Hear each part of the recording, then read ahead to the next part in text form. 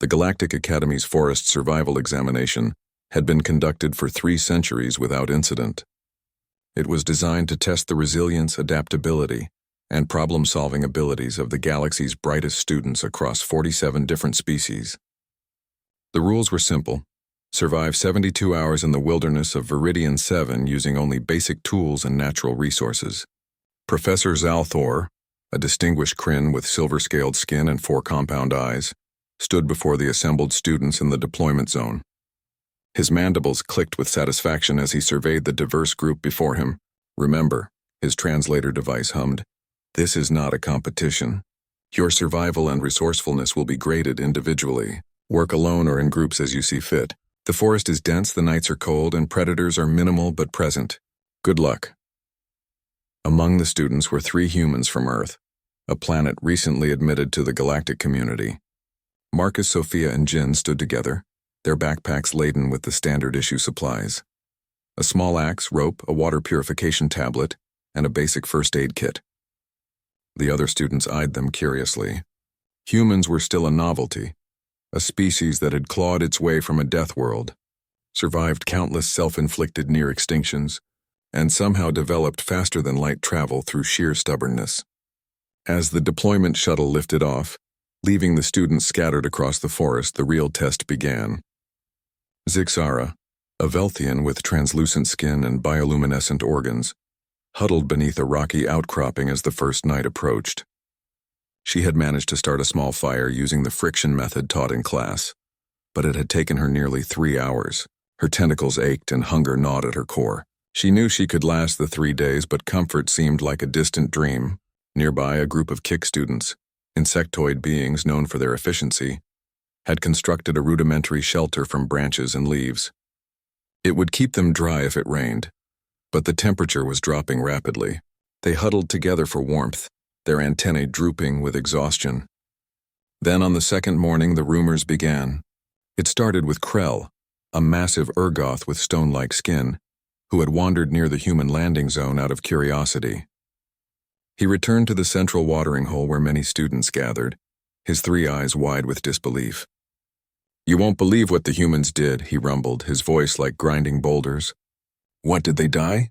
asked a sarcastic Prin student, her feathers ruffled from a poor night's sleep. "No," Krell said slowly. "They built a cabin." Silence fell over the group. "A what?"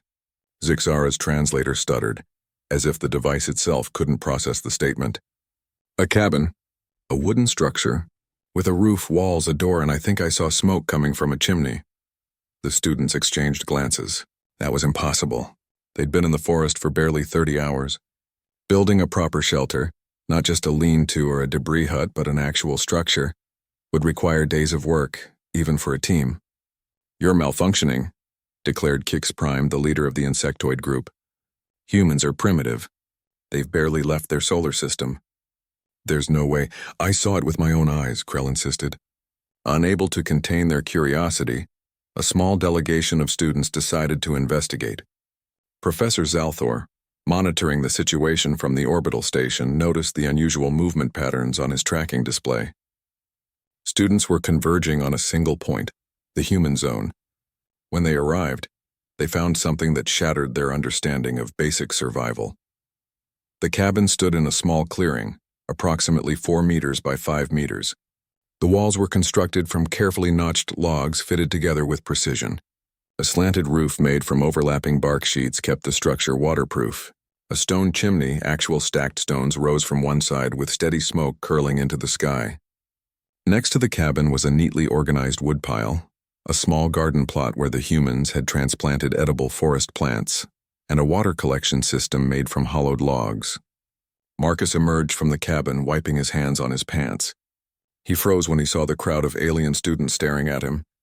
"Oh, hey," he said casually. "What's up?" What is this?"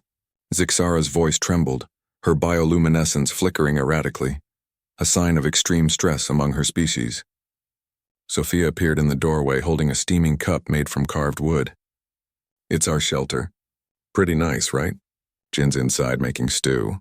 We found these tubers that scan as non-toxic, and Marcus caught some fish from the stream." "How?" Kix Prime's mandibles clicked rapidly, a sign of agitation. How did you build this? We've been here for 30 hours. Jin poked his head out. 32 hours, actually. We finished the basic structure in about 3 hours yesterday, then spent today making improvements. Want to come in? It's getting cold out there. Professor Zalthor's eyes all widened simultaneously as he reviewed the time-stamped footage from the surveillance drones.